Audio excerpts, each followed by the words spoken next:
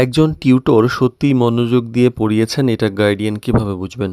অনেক সময় উত্তরটা কিন্তু লুকিয়ে থাকে আপনার বোর্ড অথবা খাতার ব্যবহারে। তো অনেক টিউটর আছেন যারা শুধু মুখে মুখে বুঝিয়ে ক্লাস শেষ করেন, আবার কেউ আছেন যে পুরো ক্লাসটা স্টুডেন্টকে দিয়ে লিখিয়ে শেষ করেন।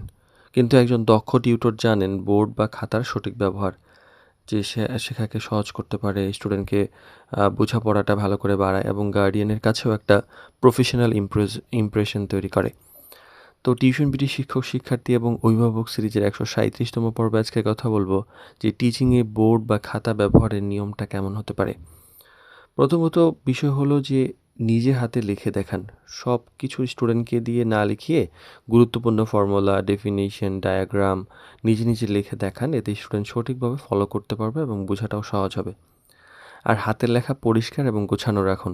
একজন টিউটরের হ্যান্ডরাইটিং যত বেশি পরিষ্কার হবে, স্টুডেন্টের শেখাটাও তত বেশি সহজ হবে। সুন্দর, পড়ার উপযোগী লেখা একজন টিউটরের প্রফেশনালিজম প্রকাশ করে। আর খাতায় অবশ্যই টিচিংয়ের ছাপ রেখে যান। টিউটর চলে যাওয়ার পর গার্ডিয়ান যদি খাতা দেখে বুঝতে পারেন যে কোথায় এক্সপ্লেনেশন করা হয়েছে, কী কারেকশন করা হয়েছে, কী হোমওয়ার্ক দেওয়া হয়েছে, তাহলে আপনার কাজের মূল্য আরও স্পষ্ট হয়। বোর্ড বা খাতা শুধু লেখার জন্য নয়, আসলে বোঝানোর জন্য ব্যবহার করুন।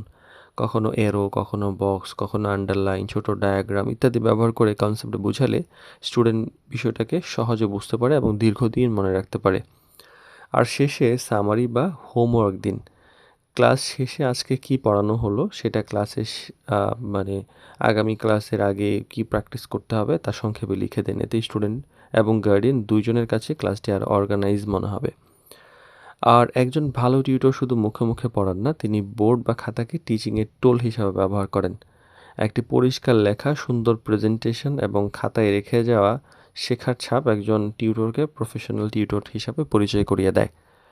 তো আপনার পড়ানো শেষ হয়ে যায় ক্লাসে, কিন্তু খাতায় রেখে যাওয়া আপনার শেখানোর ছাপ স্টুডেন্টকে দীর্ঘদিন পথ দেখাতে পারে।